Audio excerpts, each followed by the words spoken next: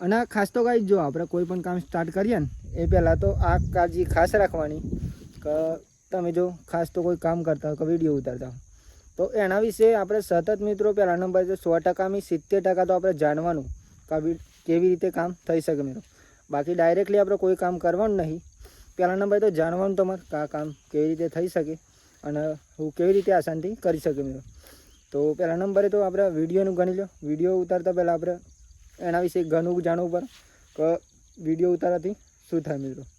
એવી જ રીતે તમારી લાઈફમાં કોઈ કામ હોય તો એને શાંતિથી પહેલાં જાણવાનું મિત્રો, શીખવાનું મિત્રો, સતત શીખવાનું. શીખવું જરૂરી નહીં, સતત શીખવાનું અને એના ઉપર ફોકસ કરવાનું મિત્રો. અહીંયાથી ફોકસ કરશો તો તમને ખબર પડશે, બાકી ખબર નહીં પડે મિત્રો. કોઈ પણ કામમાં ફોકસ કરવાનું અને મગજમાં બેહારવાનું મિત્રો કે કેવી રીતે કામ થઈ શકે. આજે હું તમને શીખવાડું તો એવું નહીં કે માની લેવાનું કાયમ જ બોલી જાય મિત્રો. અહીંયા પહોંચતા મને ઘણી વાર લાગી છે અને આ તમને સંભળાવું એ બોલતા પણ શીખતા મને ઘણી વાર લાગી મિત્રો. એવી રીતે તમારા જીવનમાં પણ જો કોઈ તમે ચાલુ કરો